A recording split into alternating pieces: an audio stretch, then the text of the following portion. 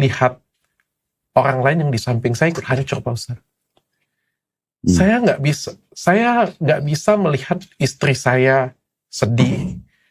Saya nggak bisa lihat karyawan saya, Pak Ustadz. Terutama karyawan saya sih, Pak Ustadz. Yang bikin hati saya sakit ternyata bukan saya. Saya bisa terima, Pak Ustadz. Bahkan saya bisa terima semua cobaan yang dikasih ke saya, Pak Ustadz. Kalau memang itu untuk meninggikan derajat saya, memang itu untuk buat saya jadi lebih baik, saya terima, Pak Ustadz. Tapi saya nggak bisa terima karyawan-karyawan saya. Karena beban saya bukan cuma diri saya, Pak Ustadz. Saya punya ribuan karyawan, Pak Ustadz, yang saya sayang sekali dengan mereka, Pak Ustadz. Kalau kamu fitnah saya, jelek nggak apa-apa bagi saya, Pak Ustadz.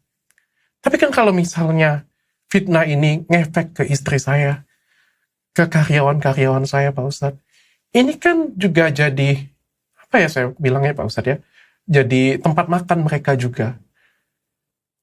Ini yang buat saya sangat berat sekali, Pak Ustadz. Dan memang nggak semudah itu, Pak Ustadz, untuk melewati ini, Pak Ustadz. Jadi memang namanya ujian, Dok, ya. Namanya ujian itu, nggak usah kita bicara masalah, ini kan gini, saya subhanallah pernah dudukin anak-anak saya. Lalu saya bilang sama mereka, sekarang kalian sekolah, kalian kuliah. Sekarang yang kalian pelajari ini teori. Dalam kehidupan kita manusia ini, kita akan ada ujian dalam bentuk praktek.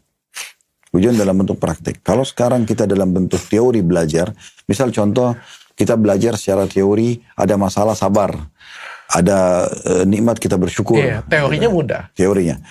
Tapi nanti Allah akan datangkan dalam bentuk ujian lagi, tapi ujian praktek lapangan. Benar nggak kamu paham selama ini materi sabar itu? Benar nggak kamu pahami selama ini materi syukur itu?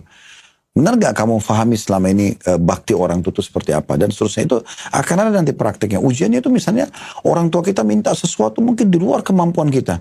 Tapi mereka membutuhkan itu. Allah mau lihat secara praktek. Kamu mau nggak? Karena kalau kamu mau saya akan bantu. Yang penting kamu mau nggak praktekin teori itu. Sampai kapan, Pak Ustadz? Akan ada waktunya. Setiap sesuatu sudah ada startnya, ada finish. Pasti. Sekarang sederhana. Dokter lapar.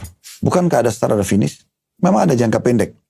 Tapi ada juga yang jangka panjang. Ada juga orang sakit nih, terus ke dokter. Dokter kasih obat. Ini ya, dosisnya 3 hari. Dosisnya 1 minggu. Tak ada proses. Tapi tetap akan ada saatnya. Kita pernah sakit, kita sembuh. Kita berapa kali menghadapi segala macam ujian, kita bisa laluin. Sama. Itu akan ada prosesnya. Yang penting begini dong.